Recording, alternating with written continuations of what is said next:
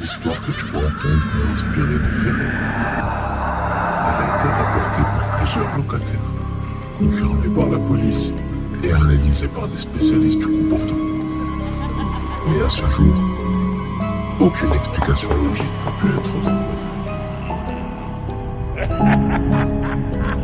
On l'a appelé l'écho des morts dans les tuyaux. Sophia, 27 ans, emménage seule dans un studio au dernier étage d'un vieil immeuble à Los Angeles. Bâtiment modeste, calme et surtout pas cher. Très bon marché pour ce quartier-là. La première nuit, elle remarque un son étrange dans la salle de bain.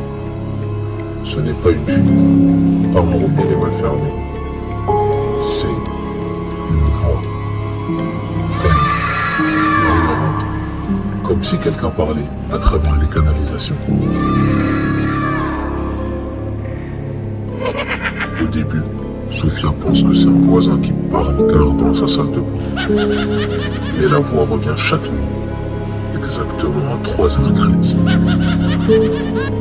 Elle colle son oreille au siphon de la douche. Et là, elle comprend.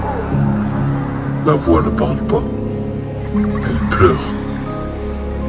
Un sanglot étouffé, long, irrégulier, et parfois un trou de souffle, un mot. Froid. Noir. Sombre. Sophia a quitté l'appartement le matin. Et depuis, elle dort la lumière allumée, les robinets fermés à triple tour. Il dit que parfois, même dans d'autres maisons, elle entend la voix de Cécilia dans les canalisations.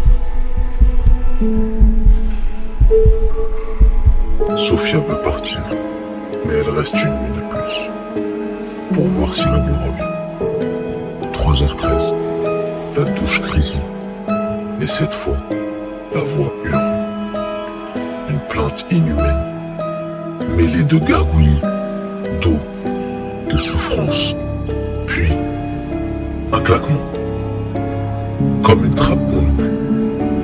Et dans le miroir de la salle de bain, un mot écrit à la buée: « Je ne suis pas morte. »